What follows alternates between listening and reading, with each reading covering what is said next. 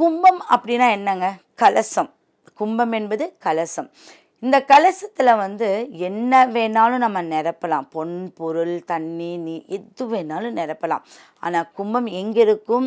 நம்ம தலைக்கு மேலே இருக்கிறது தான் கும்பம். அப்போ இந்த கும்பம் எல்லாம் சொல்லுவாங்க, என்னடா உனக்கு தலையில் என்ன கிரீடமாக வச்சுருக்கு அப்படின்னு கேட்பீங்க.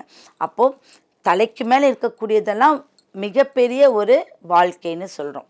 அது முன்னோர்கள் அந்த காலத்துலேருந்தே அதை வந்து வழிவகுத்து வச்சுருக்காங்க. அப்போது கும்பம் அப்படிங்கிறது கலசம். அந்த கும்ப கலசம் மேலே வந்து ஒரு கோபுரத்தில் ஏன் வைக்கிறாங்க அப்படின்னா, இடி தாங்கி ஒவ்வொரு சீற்றங்களுக்கும் நம்மளுடைய இயற்கை சீற்றங்கள் அதிகமாக இருக்கும். அப்போது இந்த இயற்கை சீற்றத்துக்கு எந்த ஒரு கட்டுமானமும் நம்மளுக்கு பாதிக்கப்படக்கூடாது, எந்த விஷயமும் நம்மளுக்கு பாதிக்கப்படக்கூடாதுங்கிறதுக்காக தான் கும்பம் வந்து வெண்கலத்தில், பித்தளையில் கூட வைக்க மாட்டாங்க. வெண்கலம், ஐம்பொன் அந்த ஒரு மெட்டலில் தான் வைப்பாங்க. ஏன் அப்படின்னா, எந்த விஷயத்தையும் அது தனக்குள்ளே ஈர்ப்பு சக்தி, காலையில் சூரிய உதத்தை அவங்க வந்து ஈர்த்துக்கிறாங்க, மாலையில் வந்து சந்திர பகவானுடைய நில ஒளியை வந்து தனக்குள்ளே ஈர்த்துக்கிறாங்க, கிரக பெயர்ச்சி மாறும்போது கால நிர்ணயங்கள் மாறுது, வானிலை மாறுது. இது எல்லாத்தையுமே இந்த கும்பம் வந்து தனக்குள்ளே ஈர்த்துக்கிறதுனால நல்ல விஷயங்கள் அவங்களுக்கு கும்பராசிக்கு ஏற்படும். இந்த கும்பராசிக்கு உண்டான அமைப்பு வந்து அற்புதமான ஒரு பலன். அவங்க வந்து சிம்பிளாக நீர் சார்ந்த கோயிலுக்கு போயிட்டு வந்துச்சுன்னா அவங்களுக்கு நல்ல ஒரு விஷயங்கள் நடக்கக்கூடிய அமைப்பு இருக்குது. கும்பராசிக்காரங்க நீங்கள் வழிபடக்கூடிய தெய்வம் அப்படின்னு பார்த்தீங்கன்னா, நீங்கள் சித்தர்களை வழிபடுறது ரொம்ப ரொம்ப அற்புத விஷயங்கள். ஏன்னா கோயில் சம்மந்தப்பட்ட விஷயங்களில் வந்து சித்தர்கள் வந்து ரொம்ப முக்கியமான இடம் வகிச்சிருக்காங்க.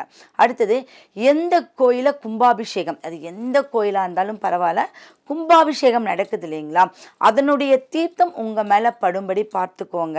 அடுத்தது, அந்த கோயிலுக்கு உங்களால் சிறு உதவி ஒரு 500 ரூபாயினாலும் நீங்கள் கொடுத்துட்டு வரும்போது இந்த கும்பராசியோடைய சந்ததிகள் ரொம்ப நல்லா இருப்பாங்க. ஏன்னா கும்பம் ரொம்ப மதிக்கத்தக்கது, அதில் எந்த ஒரு விஷயமுமே பிரச்சனைகள் கிடையாது.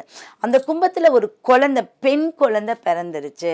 இப்போ கும்பராசி சதய நட்சத்திரங்கள் அப்படிங்கும்போது அந்த குழந்தை கையால் நீங்கள் எந்த விஷயம், நீங்கள் ஒன்றும் இல்லை, நீங்கள் வெளியில் போகிறீங்க, அந்த குழந்தைகிட்ட ஓகே நான் நல்லபடியாக போயிட்டு வருவேனா அப்படின்னு கேட்டிங்கன்னா, அந்த குழந்தை நல்ல வார்த்தைகள் சொல்லி உங்களுக்கு ஒரு ஆசீர்வாதம் பண்ணாவே உங்களுடைய வேலை வந்து சக்ஸஸ். ஏன்னா ராகுவோடைய அம்சத்தில் சுவாதி, திருவாதிரை, சதயம், இந்த ராகுவோட அம்சத்தில் யாரெல்லாம் பிறந்திருக்காங்களோ அவங்களுடைய ஆசீர்வாதங்கள் உங்களுக்கு சக்ஸஸ் கொடுக்கும். அவங்களுடைய நட்சத்திரங்கள் உங்களுக்கு தனதாரகை நட்சத்திரங்கள் இல்லைனாலும் யாருடையெல்லாம் இந்த நட்சத்திரங்கள் சேர்ந்திருக்கும் அவங்களுக்கு எல்லாமே அற்புத பலனை அவங்களுக்கு கொடுக்கும். அதுலேயும் முக்கியமாக கும்பராசிக்கு இந்த நட்சத்திரங்கள்லாம் உங்களுக்கு சூப்பர் பலன். நீங்கள் என்ன பண்ணணும் அப்படின்னா, தேங்காயை 2ஆக உடைச்சிக்கோங்க. அதில் இருக்கிற தண்ணியெல்லாம் கீழே கொட்டிட்டு அந்த தேங்காய்க்குள்ளே ஃபுல்லாக விபூதி பரப்பி அந்த விபூதிக்கு மேலே ஒரு மண் விளக்கு, நீங்கள் ஒரு நெய் தீபம் ஏற்றி உங்கள் வீட்டில் நீங்கள் வழிபடும் போது இதை வாரத்துக்கு ஒரு முறை செய்யுங்க. அந்த ஒரு தேங்காயிலேயே வாரம் பூரா நீங்கள் தீபம் ஏற்றி வாங்க. உங்களுடைய வீட்டில் தெய்வ கடாட்சம் இல்லை, அத்தனை லக்ஷ்மிகளும் உங்கள் வீட்டுக்கு வந்துடும். உங்கள் வீட்டில் தடங்கள் பட்ட காரியங்கள் நிறைவேறிடும். உங்கள் வீட்டில் யாராவது உடல் ஊனமுற்றவர்கள், முதியோர்கள், ஏதாவது ஒருத்தர் உங்களுக்கு மருத்துவ செலவில் இருந்தாங்கன்னா அவங்களால உங்களுக்கு நல்ல லாபங்கள் தான் கிடைக்குமே ஒழிய அவங்களால உங்களுக்கு எந்த ஒரு கஷ்டங்களும் கிடைக்காது. அவங்க சந்ததியில் தான் 3 தலைமுறையில் ஏதாவது ஒரு பிரச்சனை வழியாக வரும். அது இந்த சந்ததியில் இப்போ பார்த்தீங்கன்னா நான் சொல்கிறேன், இந்த பரிகாரம் தேங்காயில் வந்து தீபம் ஏற்றி வரும்போது அந்த சந்ததி பிரச்சனை உங்களுக்கு கட்டாயம் தீந்துடும். சனி பகவானுடைய 12ஆம் அதிபதியாக உங்களுக்கு ராசிக்கு உங்களுக்கு 2ம் சனி பகவானுக்கு 12ஆக இருக்கும்போது சுப விரயத்தை செய்யுங்க. அதுக்காக நான் வீடு கட்டுறதா அப்படின்னு இல்லை, சுப விரயம். மற்றவங்களுக்கு நீங்கள் சாப்பாடு போடுறதே நீங்கள் ஒரு விரயம், ஒரு காசை செலவு பண்ணி தானே போடுறீங்க.